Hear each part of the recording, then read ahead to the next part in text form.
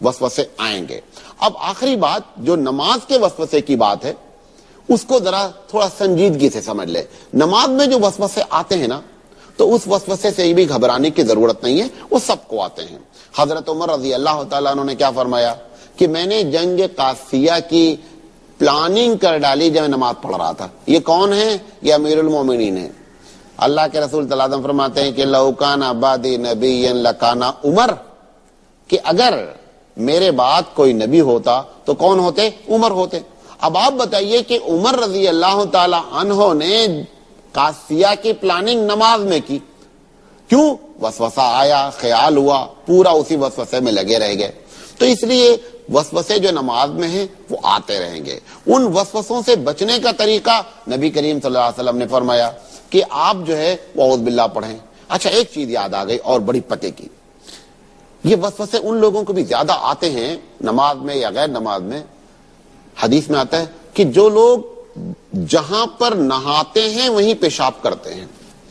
मालूम नहीं आपको मेरी बात सुनकर के ताज्जुब हो रहा होगा, लेकिन ये बात याद रखें, ये हदीस में जिक्र है। अल्लाह के रसूल सल्लल्लाहु अलैहि वसल्लम ने फरमाया कि जो आदमी जहां नहाता है अगर वो वहीं पर पेशाब करता है तो ऐसे लोगों को वसवसा आने के चांसेस ज्यादा हैं। लिहाजा आपने सख्ती से इस बात को मना किया कि जहां पर आप नहाए ना वहां पर खुदा के वास्ते पेशाब नहीं करें, औज़ बिल्लाह पढ़ें जब वसवसा आए। एक हदीस में और एक बात आती है कि नमाज में अगर वसवसा आ जाए ना तो बाईं तरफ थू थू करें।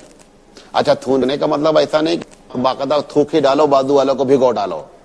थू का मतलब ये जैसे उर्दू जबान में हम कहते हैं ना कि यार तुम पर लानत है, ये थू करने का थोड़ा से गर्दन जुमाएंगे बाईं तरफ और थू थू करेंगे, इसका मतलब थूकना नहीं है। तो ये वो तरीके हैं जिसकी बुनियाद पर हम अपने वसवसों पर कंट्रोल कर सकते हैं। तो वसवसे सबको आते हैं, ये एक इंसानी कमजोरी है, इससे घबराने की बात नहीं है। अब मैं आपको आखिर में ये बात बताना चाहता हूं कि वसवसे गुनाह कब हो जाते हैं। देखिए, 3 वजह होती है कि वसवसे गुनाह हो जाते हैं। एक तो बुनियादी वजह यह होती है कि जब आदमी इंसान वसवसे को लाए अपने जहन में, यानी खुद से उसको लाए, तब ऐसी शक्ल में गुनाह हो जाता है। इस बात का जिक्र मैंने पहले भी किया।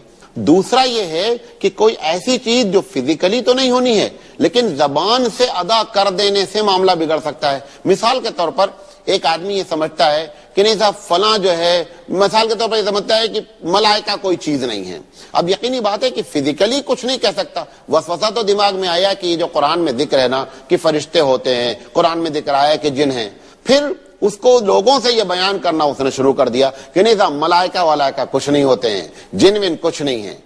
तो गोया कि दूसरा गुनाह की वजह यह होती है कि आदमी जो है वो जबान से अदा कर दे और जिसमें कि अमली शक्ल में करने की जरूरत नहीं है। तो ऐसी शक्ल में भी क्या हो जाएगा कि वसवसा गुनाह हो जाएगा, और कभी कभी इतना बड़ा भी गुनाह हो सकता है कि आदमी कुफ्र के दायरे में दाखिल हो जाए।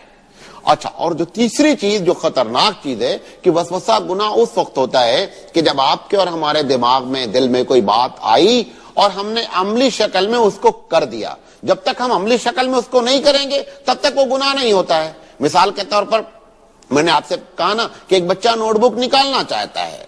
अब निकालना जब वो चाह रहा है बच्चा नोटबुक, अगर जब तक वो निकाल करके अपने हाथ में ले नहीं लेगा तब तक उसके ऊपर गुनाह नहीं होगा। एक आदमी किसी से इंतकाम लेना चाहता है, वसवसा तो आया, दिल भी चाहा कि उससे बदला लिया जाए, लेकिन इंतकाम उसने 2 साल 3 साल तक ऐसे ही नियत करता रहा, लेकिन उसने जो है बदला नहीं लिया। क्यों? इस बात को सोचता रहा कि मना। लेकिन अगर जिस वक्त वो बदला ले लेगा उस वक्त ये गुनाह हो जाएगा। तो ये 3 बुनियादी वजह होती हैं कि जब जो है वसवसा गुनाह हो जाता है। एक मैंने बताया आपको कि वसवसा लाने से गुनाह होता है, दूसरा ये बताया कि वसवसे को ज़बान अदा करने से गुनाह होता है, और तीसरा ये है कि वसवसे को